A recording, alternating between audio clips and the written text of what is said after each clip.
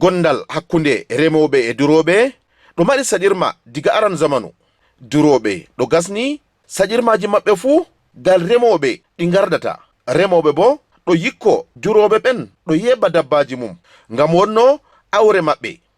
Hawtade be kawtal fulɓe wiyetengal mboskuda rekod mobgal cuklantongal dimuji ɓiɓɓe adama en waɗi jonde nde dawridal ha gawdere ngam wangungo dabareji no narral tabitira hakkunde remoɓe e duroɓe.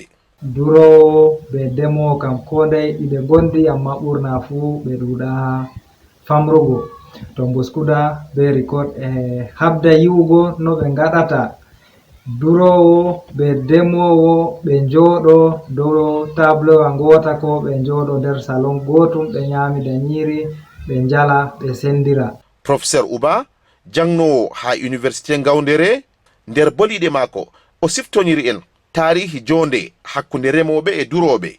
Barikiwa rekod nga jiha Adamawa les ardungal Dr Gambo nga waɗi lingol hakkunde remoɓe e duroɓe ngam ɓe famto saɗirmaji maɓɓe e nden ɓe ɗaɓɓita dabareji no narral gasira hakkunde himɓe ɓe. Banno Ousmane Danfodio tindini en jangen duren ndemen nder narral e enɗotiral.